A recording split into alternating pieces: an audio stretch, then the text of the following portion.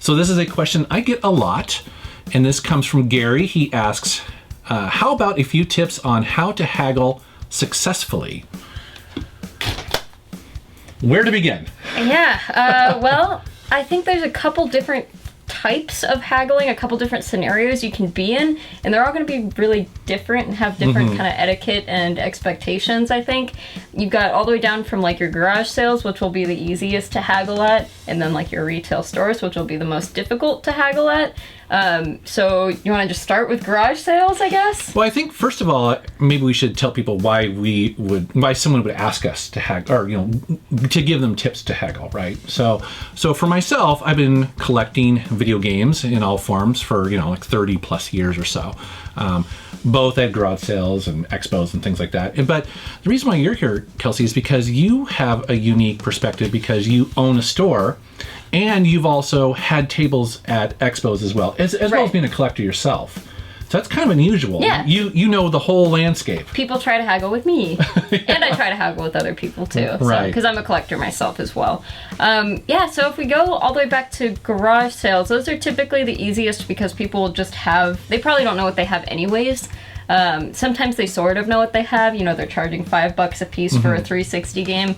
That's going to be your easiest way, hey, if I buy all 5 of these, can I, do buy 4, get 1 free, something like that. And people are pretty nice about that. I think the number one rule overall, just overarching through all of these scenarios, is just be really nice and respectful. Yes. And know that nobody owes you a discount, and you can walk away. If you're not comfortable with the price, that's fine, but nobody owes you a discount just because you asked. And even if you point out something, even if you point out, hey, the case is a little bit broken, maybe that was already factored into the price when they priced it. You know what I mean? Yeah, that's a good point, is that what we're really talking about here is sort of economics and, the dance that happens between a seller and a buyer. And you need to kind of understand your role and the power that you have in each of those scenarios. And I think a common mistake that a lot of buyers will make is that they think that they are completely in control because they have the cash or the money. Right. But that's not necessarily the case. And depending on these different scenarios, you may have maybe a little bit more power or a little bit less, right? Yeah, and it has a lot to do with the kinds of games you're buying.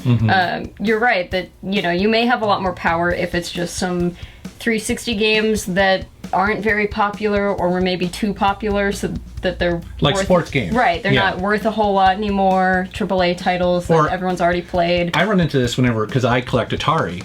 That's a little bit unusual. Like, I mean, in all these sort of scenarios, usually the Atari is the one that's like underneath the table. People are kicking it with their shoes, like $1 a piece, $1 a piece. Yeah. And I can usually pretty easily get a good discount or some sort of bulk thing because I'm the only one. But even more recently, like the PSP, the same thing. It's like not a lot of people are looking for PSP games, and so I often have a little more room to haggle there if I want. If the price isn't already really low. Right, but if you're looking at NES games or, a Pokemon game on the Game Boy or something like that, chances are people are already asking for that pretty often, and it's something that has a pretty high and quick turnover rate. That's a good point. I was going to ask you, so, getting to the retail side, right? About how often do people come in to your store asking for Pokemon games? Well, right now, we're shooting this kind of in the peak of Pokemon Go stuff. I mean, I get asked 10 times a day. 10 times a day. I don't keep them in stock whatsoever. They come through the door and within a couple hours they are gone. And I have had people who try to haggle with me and say, well, what if I buy both of these Pokemon games? And I'm like, I'm going to wait 3 hours and they'll both be gone. Yeah. So I'm sorry, but I really can't budge there because it's already selling for the price I have it at, and it's flying off the shelves at that price. That's interesting too. And then the other thing to bring up, getting to the retail stores, is that your goal as a seller is much different than someone at a garage sale. Right. At a garage sale, most people are just simply trying to get rid of their crap. Right, and they don't have an overhead to consider or employees. They just want to get rid of their stuff and they'll end up with a little bit more cash. So, at the end of the day, they're probably just donating the rest of it, right? You would think. So, yeah, you're totally right about that. The price doesn't matter quite as much to them because they're probably just going to get rid of it at the end of the day anyways. If they don't sell it at the end of the day, they're probably going to donate it to Goodwill, right? That's kind of what they're looking at. Most people aren't going to pack it back into their garage.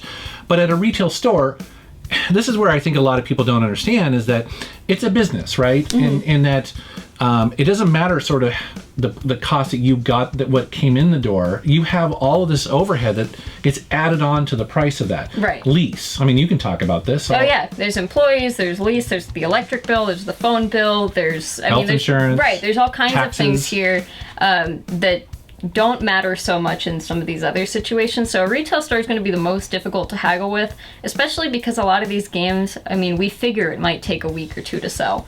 Because you're in that business too. And that's fine, because the store is going to still be standing in 2 weeks, so it doesn't really matter if I sell it. I would rather sell it in 2 weeks for the full price than give someone 50% off on it right now. You know what I mean? But that being said, there are still some ways, you know, if the product's been sitting there for a long time, you're definitely going to have a lot better of a chance.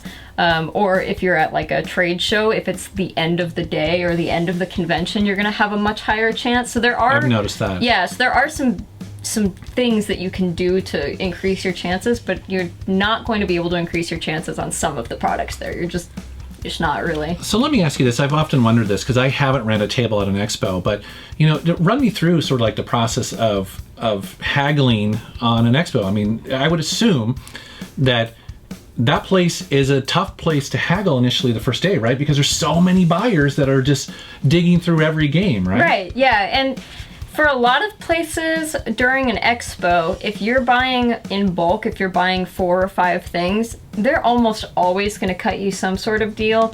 And that's going to be your best way to do it and easiest way to do it. Because you're buying many. Right, before Sunday, before the last day of the convention. So that's probably a good place to start, is if you see a few things at the table. You can also politely point out any cosmetic flaws. I gave someone a discount the other day because I had 2 copies of Japanese Mario Party, and one was pretty sun-faded and the other wasn't. He said, I'll buy the sun-faded one, but can I get a little bit of a discount on it? And I gave him a little bit of a discount, but it had been sitting there, you know, it's a Japanese game, and it had been sitting there for a few weeks. If he had asked for a discount on, you know, Mario Kart because there was a tiny little nick in the label, I'd be like, sorry, you know? Yeah. Huh. The other thing for me, too, that works really well, I think, is, you kind of touched on this before, is be nice. Be respectful. You know, I think a lot of people forget that there is a human being on the other side of this transaction. And even though it's like a retail store, you know, their hopes and their dreams are in that retail store. Right. You know, and more often than not, they're not getting rich. No. You didn't pull up in a Ferrari. We are not in this for the money. If you know anyone who owns a game store for the money, they're sorely mistaken, and they are not going to be making that kind of money. I mean, really, if you have more competition in an area, then it's going to be even harder. Sometimes if you're like the only one, actually I guess it's kind of the opposite. Well, where if there's only one store. Yeah, then they may just be like, sorry, this is where everyone comes for their video games, and I don't want to. But that's where you would apply the bulk method. It's like it's like, you know, again, for me, like if I'm looking for PSP games, I can pick off one, or maybe there's 4 of them that I could pick off in that store, even though they're the only one in the town, you know. And because I've done this when I've traveled, and more than likely they're willing to give me a deal. And again, I like to be nice. When I meet somebody, whether it's at a garage sale, an expo, or whatever, I like to engage the person who's there and sort of like, hey, how's it going? You know, my name's Jason. I'm a big collector, blah, blah. And just kind of get to know them. And so, you know, and be genuine about it. You know what I mean? And I've found that gets a lot further. Every once in a while, I'm in one of these stores, and I'll hear somebody, and they act like they're entitled, and then they're surprised that the person at the counter doesn't do something for them. Exactly. And I'm like, that's not how it works. Yeah, it's not going to work, you know. And again, a lot of times those people are asking for a 20% discount on a very popular game, or at least one that gets picked up pretty often. Yeah. So you know, you're probably just not, at least at a retail store, just not going to get a discount on a Mario game, on a Zelda game, or even really on a rare game, unless you can find something actually wrong with it, like a torn label or very sun faded or something like that. But a lot of times, keep in mind that those places may already have that factored into the price. Yeah. So, you know, someone might be selling a copy of Earthbound for like $160, which is cheaper than its, you know, current going rate online because it's got a torn label. Don't point out the torn label and go, can you go even lower? Because you should know you're already getting a little bit of a deal on it for that. Yeah, that's interesting. Okay, so we covered garage sales and expos and retail stores. Is there any other scenario that you think that could help people? I was kind of curious about, let's say you really want a game, maybe that's really expensive, you know. Would you recommend possibly trading in stuff? You know, maybe that's part of, like, if you don't have cash, maybe trading in something. And I've had some people, I had a guy come in who really wanted our copy of Harvest Moon on the Super Nintendo, which is a very hard to find, expensive Super Nintendo game. And he brought in a bunch of games. He was smart about this. He brought in a bunch of games that he knows a retro store gets asked for a lot. He had copies of Mario games and Pokemon games and Zelda games.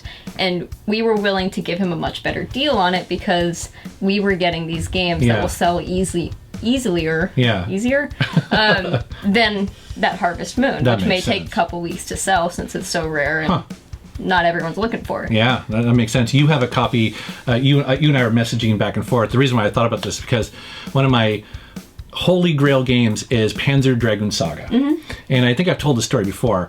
A couple years ago, Matt, who is the owner of another store here in the Seattle area, another castle, he had it for $175. And he offered me, because he wanted me to have it, $150. And I did years ago, and I didn't take him up on it, right? Right. Because I was like, oh, that's too much. No. You know, I was nice about it, but I was like, no, that's crazy talk, right? That game is literally worth $300 more than that today. Oh yeah. And you have a copy of it. I do. And maybe we should work out a trade. And that's what I was thinking. I was like, is there anything you want in here? Yeah. But it definitely highlights the supply and demand of things like that, and you need to understand that, you know, that's how this process works. So, right. Yeah. So we would love to know down in the comments if you have any tips and tricks for haggling and how you deal with that, and maybe we can share here on my YouTube channel. All right. Well, thanks very much. Where can people find you on the internet? You can find me on Twitter at Kelsey Lewin, or my podcast at Game Blitz Show. We're also on iTunes and YouTube and Google Play, all of that fun stuff. Awesome, guys. All right. Thanks for watching. This question was asked by one of my Patreon contributors who helps support my YouTube channel and help shape the content of my videos. In addition to asking questions like this, they also get access to a private chat, an audio podcast, and early access to most of my Friday videos. You can also set the amount you want to contribute, and you can leave or change it at any time. If you'd like to help support my videos and become part of the Metal Militia, please go to patreon.com/MetalJesusRocks.